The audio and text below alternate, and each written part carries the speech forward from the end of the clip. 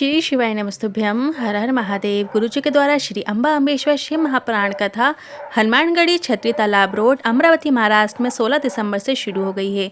ये 5 दिवसीय शिव महापुराण कथा है जो कि 16 दिसंबर से 20 दिसंबर 2023 में चलने वाली है, जिसे आप आस्था चैनल यूट्यूब के माध्यम से भी दोपहर में 1 बजे से 4 बजे तक देख सकते हैं।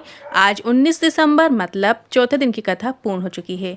आज की कथा बहुत ही अधिक रोचक जानकारियों से भरपूर थी, जिसमें गुरुजी ने कुछ अच्छे पत्र पढ़े, साथ ही सरल उपायों की जानकारी दी है, साथ ही कुछ ऐसी विशेष जानकारियां दी हैं जिसका हमें आज तक पता नहीं था।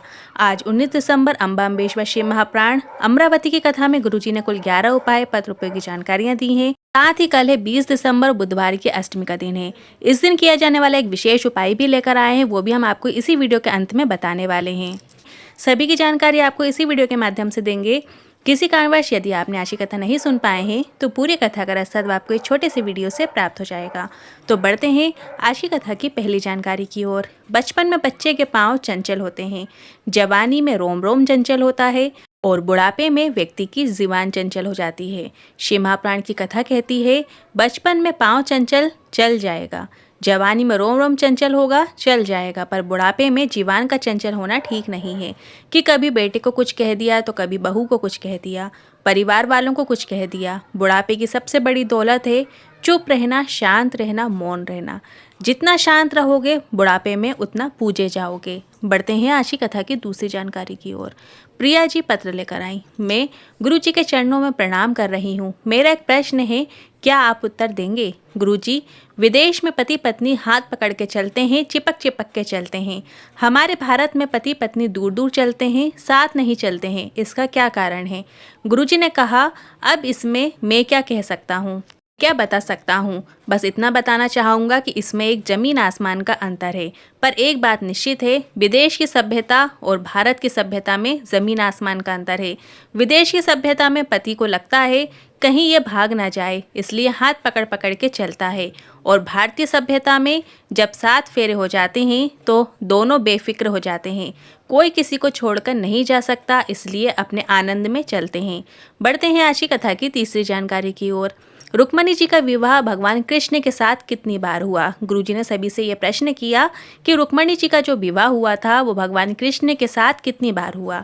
तो शिव महापुराण की कथा कहती है, रुक्मणी जी ने भगवान कृष्ण के साथ 4 बार विवाह किया। आप अच्छे से सुनिएगा, 4 विवाह वो किस तरीके से हुए हैं। पहला विवाह, रुक्मणी जी जब 6 वर्ष की थी। जब वो 6 वर्ष की थी तो अपने पिताजी विदर्भ के साथ राज सिंहासन पर बैठती थी और कृष्ण की चर्चा होती थी। कृष्ण का नाम सुन सुनकर अपने मन में ही कृष्ण से फेरे लगा लिए। कृष्ण ही मेरे पति हैं और मैं कृष्ण की पत्नी हूँ, इसको कहते हैं मानसिक विवाह। और दूसरा विवाह, रुक्मणी जी ने जब पत्र लिखा तब उस पत्र में श्लोक लिखा और हर श्लोक लिखते समय 7 फेरे लगा दिए। 7 श्लोक के जरिए रुक्मणी जी ने कृष्ण जी से बुद्धि रूपी भावल लगाई थी। और तीसरा विवाह, अम्बा माता के मंदिर से जब रुक्मणी जी श्रृंगार करके आई और उन्हें जब कृष्ण भगवान लेकर गए, उनका हाथ पकड़कर उन्हें वहां से लेकर गए, तब राक्षसी विवाह श्री कृष्ण के साथ रुक्मणी जी का हुआ। और चौथा विवाह, जब द्वारका पहुंचने के बाद रुक्मणी जी का विवाह भगवान कृष्ण के साथ हुआ। बढ़ते हैं अगली चौथी जानकारी की ओर। एक भिखारी जब आपके दरवाजे में आकर मांगता है और पेट भर के खाता है, और तुम फैक्ट्री में काम करते हो, दिन रात कमाने के लिए लगे रहते हो और समय पर भोजन नहीं कर पाते हो, कभी आप डॉक्टर से पूछना बीपी और शुगर की बीमारी कब होती है। समय पर भोजन ना करने से, समय पर ना सोने से, समय पर ना उठने से बीपी और शुगर की बीमारी होती है। प्रथम सुख है निरोगी काया, द्वितीय सुख है पैसा रूपी माया। बढ़ते हैं आज की कथा की 5वीं जानकारी की ओर। एक पत्र आया जिसमें लिखा था, मेरा परमात्मा से विश्वास उठ गया था। मेरे यहाँ 10 वर्ष हो गए थे पर मेरे यहाँ संतान नहीं थी। ऐसा कोई डॉक्टर नहीं छोड़ा जहाँ ना दिखाया हो। मेरे बच्चे की आस भी मैंने छोड़ दी थी।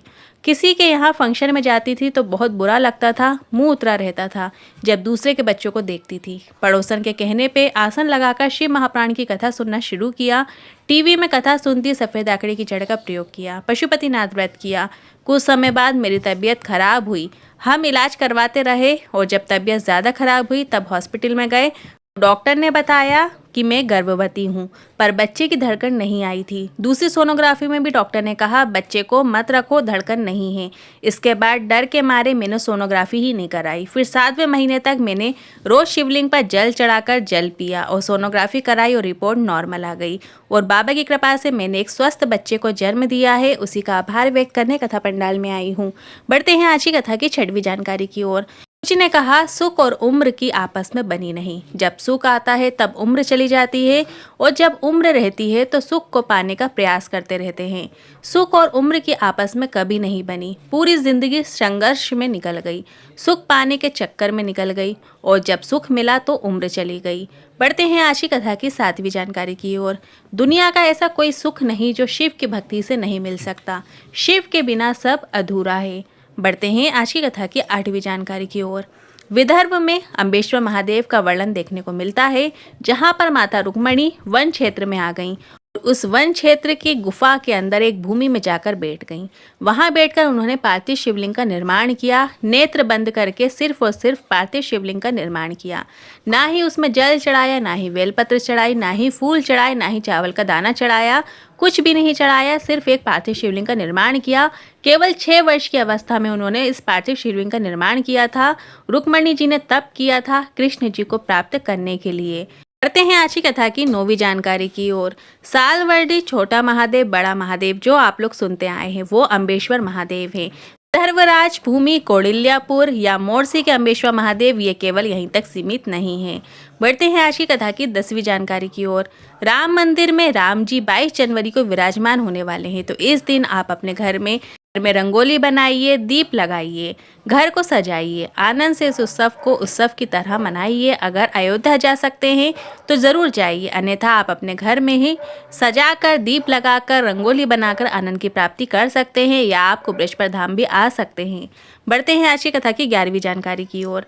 25 दिसंबर से 31 दिसंबर पंढरपुर हरि विठल की धरा में महाराष्ट्र में गुरुजी की कथा होने वाली है और इसके बाद जो गुरुजी की अगली कथा है वो 4 जनवरी से 10 जनवरी 2024 में भटिंडा पंजाब में रहेगी और इसके बाद जो गुरुजी की अगली कथा है वो 14 जनवरी से 20 जनवरी मुंबई में रहेगी और इसके बाद गुरुजी की जो अगली कथा है वो 27 जनवरी से 2 फरवरी वनी यवतमल महाराष्ट्र में रहेगी और इसके बाद गुरुजी की जो अगली कथा है वो 5 फरवरी से 11 फरवरी जमशेदपुर झारखंड में रहने वाली है। अब बढ़ते हैं अगली जानकारी की ओर।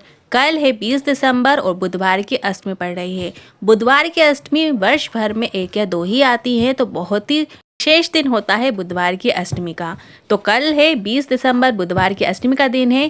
गुरुजी ने अपनी पिछली कथा में बताया था बुधवार के दिन यदि अष्टमी पड़ जाए तो ऐसा कोई रोग नहीं, ऐसी कोई बीमारी नहीं जिसका इलाज ना हो सके। कितना ही बड़े से बड़ा रोग क्यों ना हो, लीवर, किडनी, यहाँ तक कि कैंसर जैसा यदि रोग भी है और बुधवार की अष्टमी के दिन आप इस उपाय को कर लेते हैं तो आपका बड़े से बड़े रोग का भी इलाज मुमकिन है। आप बस एक कटोरी में हरे मूंग के दाने ले लीजिए। हरे मूंग के दाने आपको रख लेना है और उस हरे मूंग के दानों के ऊपर आपको 1 बट्टी गुड़ की रख लेना है और साथ ही 5 बेलपत्र आपको रख लेनी है। ऐसा आपको एक कटोरी में मूंग रखना है, उसके ऊपर गुड़ की बट्टी रखना है और उसके ऊपर 5 बेलपत्र रखना है। रोगी व्यक्ति है उसके ऊपर से आपको 21 बार उस कटोरी को उतार देना है। अब 21 बार आप उस कटोरी को कैसे उतारेंगे, जिस दिशा में हम आरती करते हैं तो उससे अपोजिट डायरेक्शन में आपको घुमाना है। जैसे हम नज़र उतारते हैं इस तरीके से आपको 21 बार उस रोगी व्यक्ति के ऊपर से उतार कर और ये कटोरी लेकर आपको गणेश जी के मंदिर में जाना है। आप आपके नज़दीक में जो भी गणेश जी का मंदिर हो वहाँ पर चले जाइए और गणेश जी के राइट हैंड साइड में आपको उस कटोरी को ज़मीन में रखना है। आपको ऊपर कहीं नहीं रखना है, आपको ज़मीन में रखना है। मतलब आपका उल्टा हाथ होना चाहिए और गणेश जी का राइट हैंड होना चाहिए। बस उस ओर में आपको उस कटोरी को रख देना है। बस आपको इतना ही करना है। कितना ही बड़े से बड़ा रोग क्यों ना हो उसमें आपको लाभ देखने को ज़रूर मिलेगा। ये उपाय सिर्फ आपको एक ही बार करना है। कल ही बहुत विशेष दिन है, 20 दिसंबर बुधवार की अष्टमी का दिन है, तो इस दिन इस उपाय को आप सुबह के समय कर सकते हैं। आज के इस उपाय को लेकर मन में कोई सवाल या क्वेश्चन है तो कमेंट के जरिए पूछ सकते हैं। वीडियो थोड़ा भी उपयोगी लगा हो तो वीडियो को लाइक करके कमेंट बॉक्स में हर हर महादेव जरूर टाइप कीजिएगा। श्री शिवाय नमस्तुभ्यम।